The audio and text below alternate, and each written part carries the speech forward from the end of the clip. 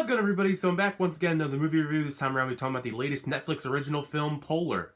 It's actually been a while since I talked about a Netflix film on the channel, so it was actually kind of fun to actually look forward to checking out a Netflix film, because I actually was kind of looking forward to this, even though I haven't read the source material. So Polar is based on a Dark Horse graphic novel about a recently retired assassin named Duncan, aka the Black Kaiser, and the organization he worked for actually attempts to kill him to collect the millions he'd get for retiring with his pension. So he's forced to come back out of retirement and go head to head with this army of young killers. Of course, this concept isn't something we haven't already seen before, done very many times, especially most famously, last couple of years we've had the John Wick franchise, even if the source material on Polar actually predates John Wick. It also gave me a little bit of vibes of Smoking Aces. I don't know if many people remember that film, but highly recommend you check out that film. It's another film in, same kind of genre.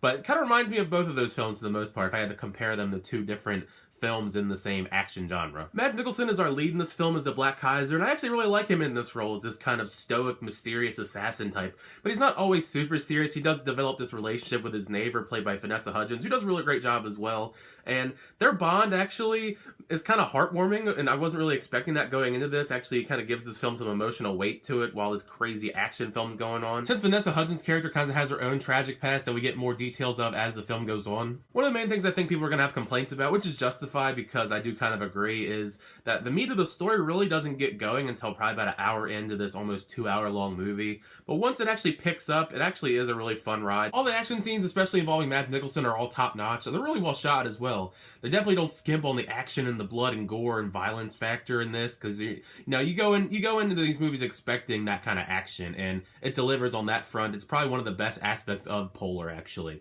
Especially this one scene in particular later on involving the corridor where he's fighting a bunch of people in this long corridor. You actually see a part of it in the trailer, but the actual scene itself is really awesome. Other than what I mentioned already with the slow pacing, the only negatives I can really think of is they give a really large chunk of time to this young group of assassins that are looking for and trying to track down and kill the Black Kaiser. And I really don't feel like they needed to give them that much screen time because they're very unlikable and annoying, and they don't really serve too much of purpose because they cut back and forth between them and obviously the story going on with Madds Mikkelsen, and they feel so tonally different that it almost feels like two completely different films.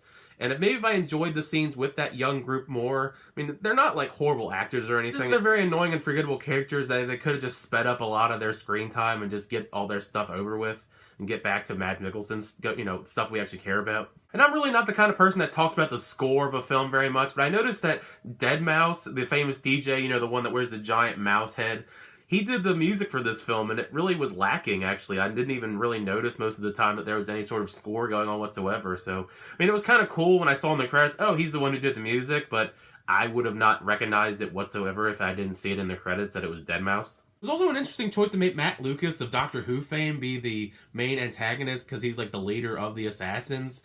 Because he's just like a very weird, flamboyant, kind of sinister guy, and it kind of reminded me of a Bond villain, not like a more recent Bond villain, but like one of the more cheesy Bond villains. It's definitely going to be a point of contention, because it's definitely on personal preference whether you actually like him or not, because he kind of teeters on the line of being like kind of cool and sinister, and also just being flat out like annoying.